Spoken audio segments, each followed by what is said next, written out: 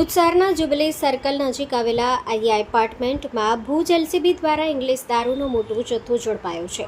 મળેલી ચોક્કસ બાતમીના આધારે પોલીસ ટીમે રેડ યોજી જેમાં દારૂ જપ્ત કરવામાં આવ્યો।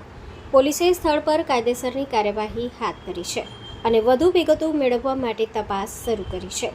ભુજ એલસીબી દ્વારા કરવામાં આવેલી આ કાર્યવાહીએ શહેરમાં ગેરકાયદેસર દારૂના વ્યવસાયને અટકાવવા માટે પગલાં તરીકે મહત્વપૂર્ણ માનવામાં આવી રહી છે। Story report by Karan Vaghela, Bhuj.